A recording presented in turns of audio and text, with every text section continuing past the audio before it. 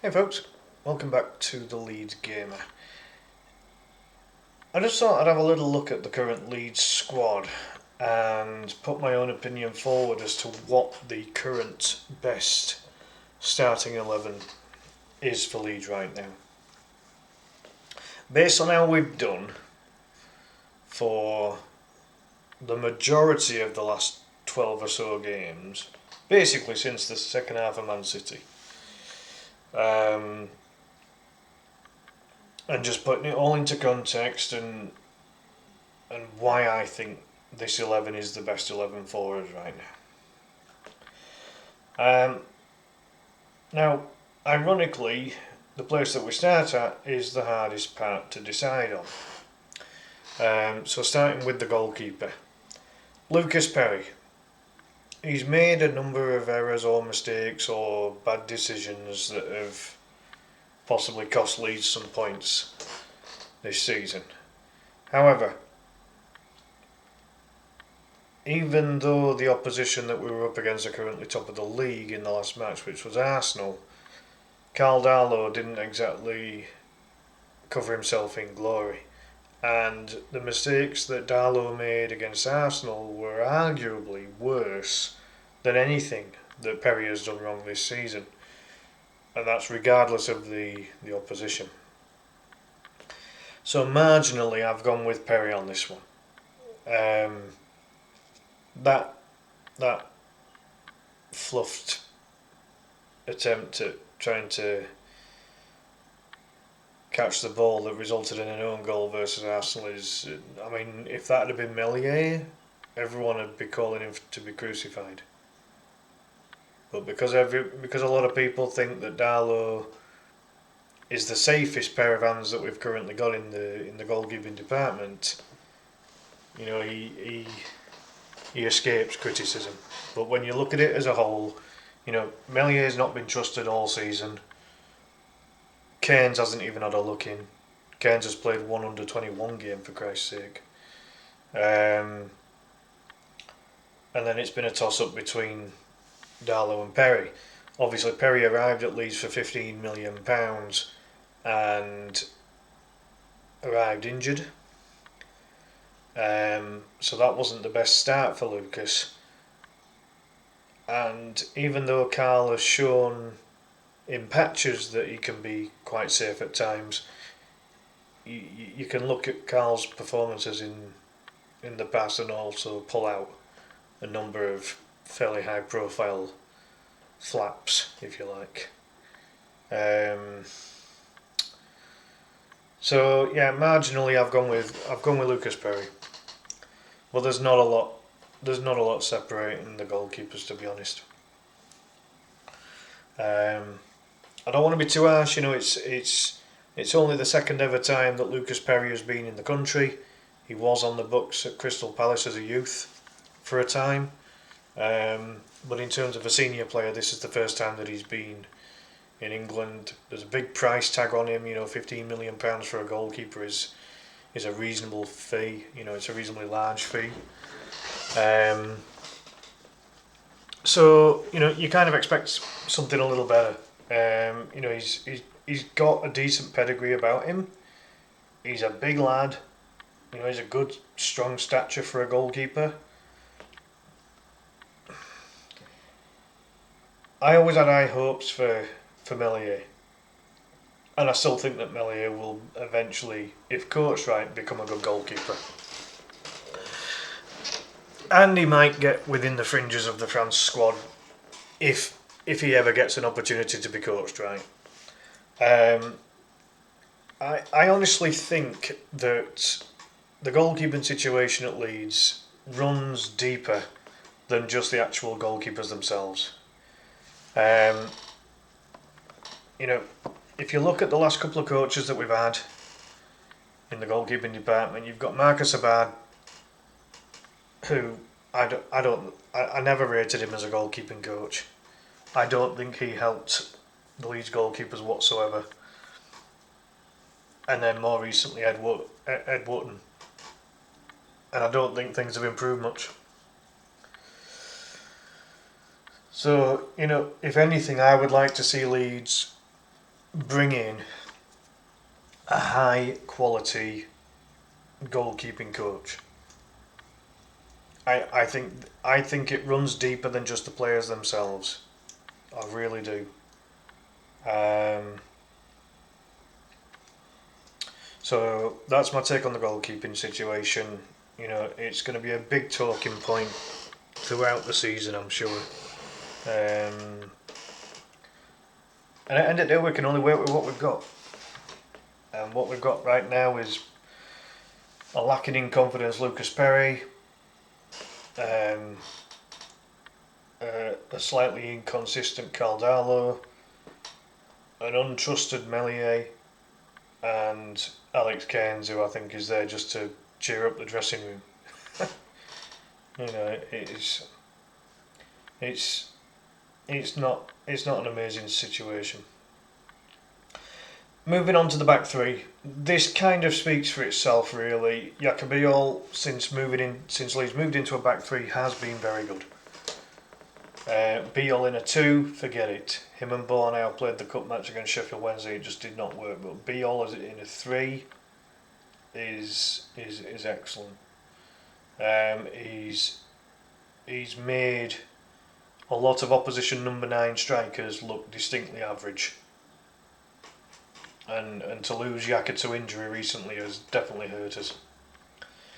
Either side of Yaka, Joe Rodon on the right, he's adapted really well to this kind of idea of almost being like an auxiliary wing back, if you like, which then allows Bogle to attack more and to get forward more when we're in possession. But he's also been very solid at the back when he's been on that right side of defence. Pascal Struijk has also benefited from being in a 3 as well, and we know that Pascal is good on the ball. He's also a very physical unit, you know, good at heading the ball, but having that reassurance of knowing that he's got defenders around him has definitely improved Pascal's defensive capability this season. My only criticism of Pascal is that he hasn't scored a goal yet this season, and I think that he is more than capable. You know, in the past he's been the centre back that's been scoring goals. This season it's been slightly more Rodon. But neither Beale or Rodon has got as many this season as what Pascal has in a previous season, albeit the previous seasons were obviously, certainly more recently, were Championship, so there was more games to score.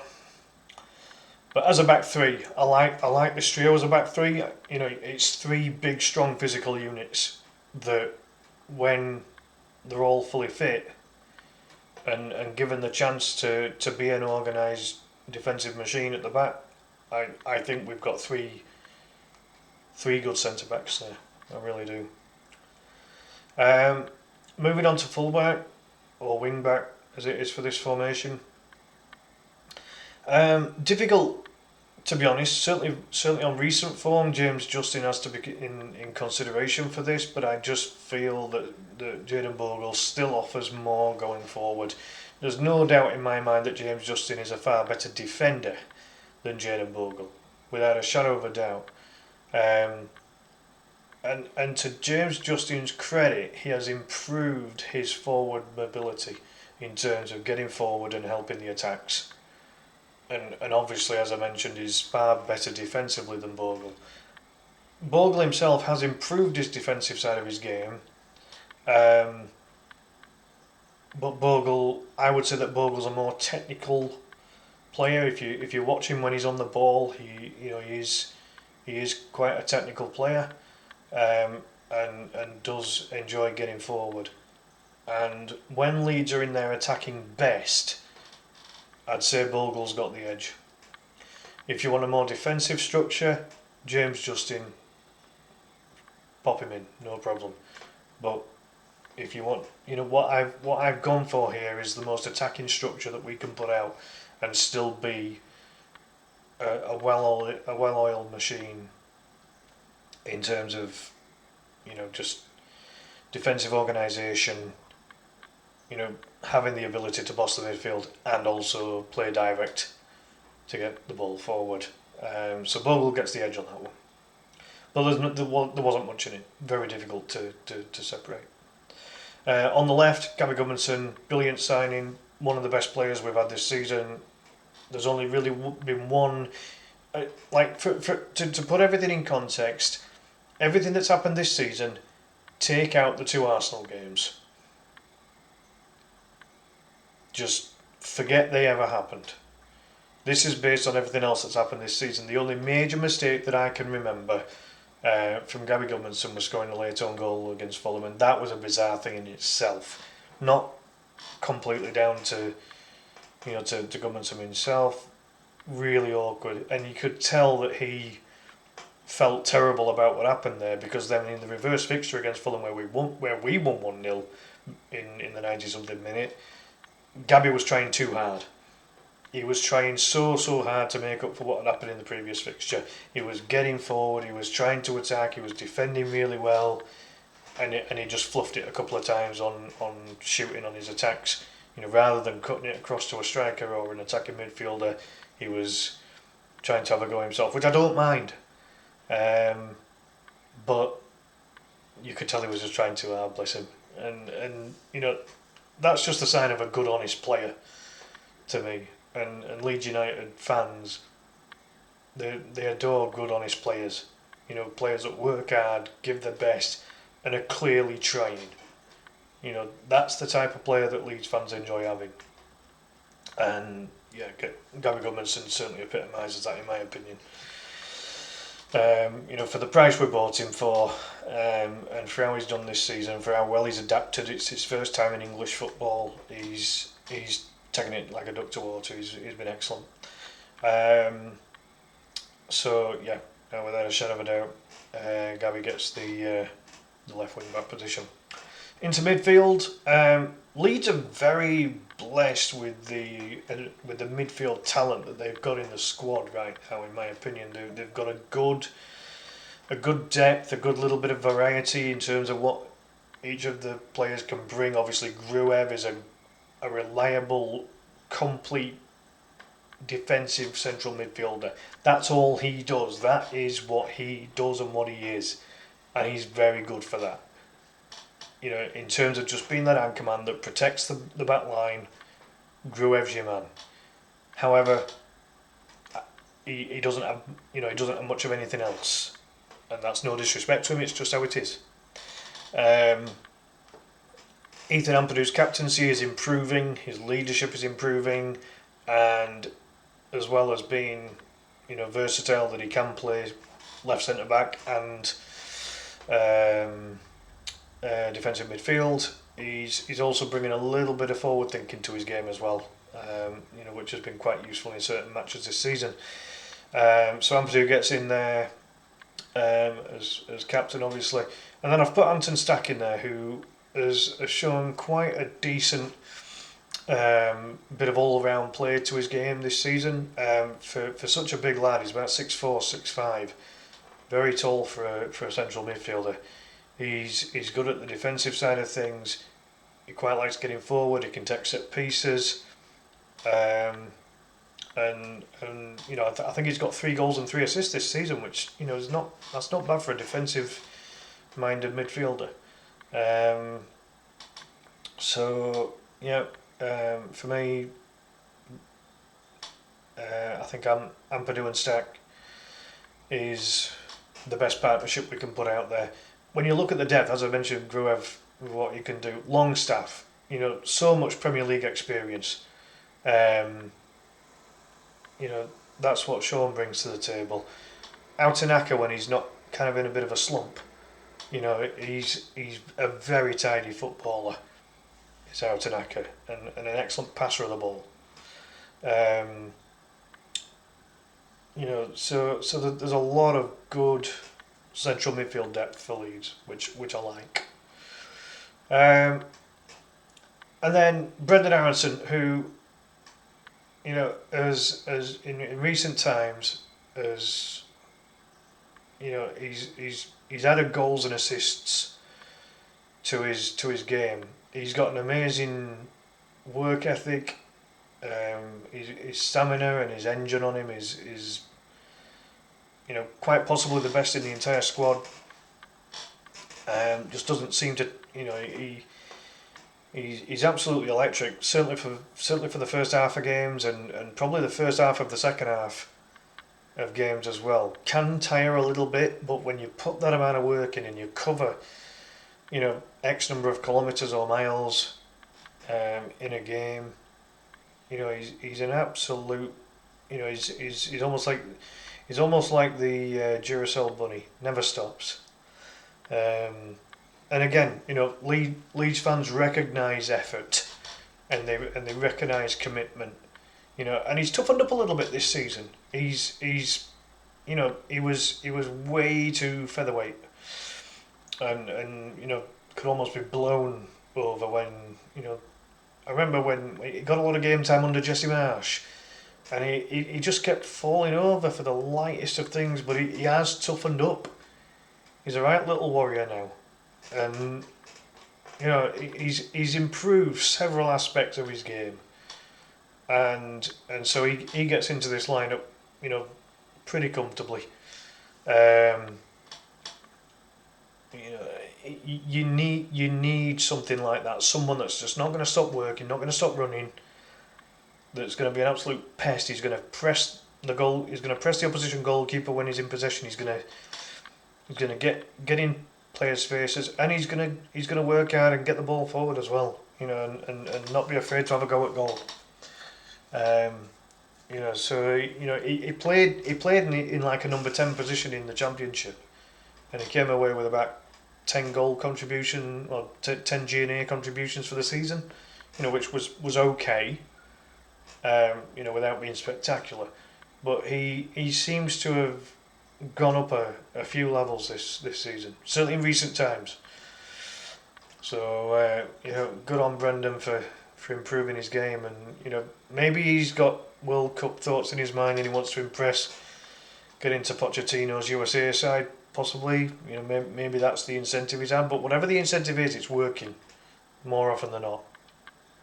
And we have to, it's impressive. We've got to respect it. So Aronson are getting in the 10 there, and then finally for me, Leeds looked so good when we played with two natural strikers up top. DCL and Metcher look a good partnership. They're both big boys. You've got Calvert-Lewin, who's usually excellent when it comes to aerial ability. You've got Metcher, who's very tidy on the ball, got a good shot on him. He's a bit of a lanky runner, is Metcher, but he can certainly run with the ball. He seems very comfortable with that. And he can have a bit of a bad touch at times, but he's capable. He's got a striker's instinct. He's got a goal scoring instinct about him as Metcher. And when you put Metcher and DCL together, I think it's a right proper partnership. And not many teams play with two 6 foot plus strikers up front, and a number 10 as well.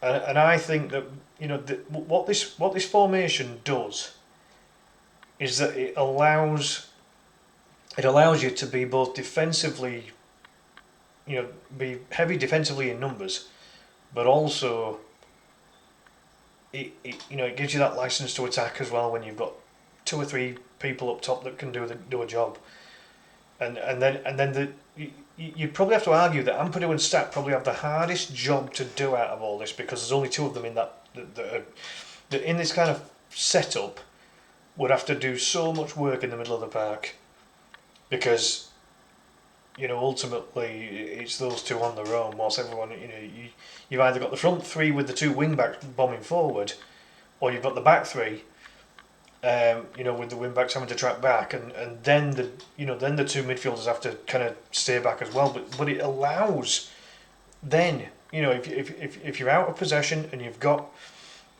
you've got your back 5 and your midfield 2 all defending. As soon as we win back possession, if Aronson's in middle at park there, and they can get him the ball, he can get it forward to Calvert-Lewin and Metcher. and spring the attack. You know, this to me looks like something that could really work for Leeds. It really does. And it's just a shame that we've only seen it in a couple of games this season. And Farke has come out and said it's because it depends on whether the opposition plays with a wide formation or not. Well, then be the clever boy and just adapt to it. You know, figure out a way of making this work. Because when we've got all these boys fit, all this 11, and then you look at the depth that we've got in certain areas, you know, James Justin, Seb Bornow, they've never let us down. Byram would be okay, you know, if he was ever needed to be used. As I mentioned, Tanaka and Longstaff and Gruev, all solid midfield options. You know, we just like a little bit going forward. Obviously, Buonanotte is coming now to add that little bit of creative flair. He can take over from Aronson if need be. Then up front, you've got Okafor, James, Nonto. You know, that can all operate on the wings, and I know that it's been a toss-up between Aronson and Okafor that plays kind of next to Calvert-Lewin, but in my opinion, it's not the same. And then obviously the only other recognised striker we have is Joel Pirro, who doesn't really fit this kind of system, unless he was to partner either DCL or Mecha. But again, DCL and Mecha are completely different types of strikers. You've got Calvert-Lewin, who's very reliant on his aerial ability. You've got Mecha, who's a good shooter of the ball. You know, so difficult for Pirro really in that sense. He's not a target man. You know, you need Pirro in and around that box, and just keep him there. You know, that's where he's most effective. So yeah, there we have it, folks. That, in my opinion, is our current best 11 when they're all fit. Put your thoughts in the comments below. Is this the kind of formation that you'd prefer Leeds to start with? Is this the kind of 11 that you would like to see Leeds start with? You know, do any of the others get in when they're fully fit? For me at the moment, no, they don't. This for me at the moment is the lineup that I would use, and I'd be looking to try and make it work in every game. You know, still have that flexibility, still have the tactical flexibility where, for example, if the opposition goes to a back three, we know then that going in the back three doesn't work because most of the oppositions have got, you know, stronger players. So then adapt. You know, go to a 4-3-3, go to a 4-4-2, whatever you need to do. But it's clear that if we go 3 at the back and they go 3 at the back or 5 at the back, you know, we don't seem to cope. But it's very rare that teams resort to that. We've resorted to it because it works with who we've got in our personnel right now. So that's something that needs to be considered. But let's see what happens. I think, you know, if all of these boys were available for the upcoming Forest match at Ellen Road, that's the lineup I'd be playing. I'd be playing this lineup because I think this lineup's good enough to combat Nottingham Forest. You've got to be aware of Gibbs, White and Anderson. You know, it would be a midfield battle, but I think Ampadu and Stack would thrive on that challenge. I don't think Forest are that great in other areas, though those are Forest's 2 best players this season, in my opinion. Not that I've seen a great deal of Forest. But I just think that, you know, this lineup against Forest, if they're all fit enough, I'd be starting these boys. I really would. Anyway, leave it at that, folks. Do please subscribe to the channel if you haven't already. Do please like the video. Do please hype the video as well, and put in the comments below, is this the best lineup for Leeds United this season? Is this the lineup you'd choose going forward, or would you go with something different? Do please let me know in the comments below. But in the meantime, have a good one. See you next time. Bye for now.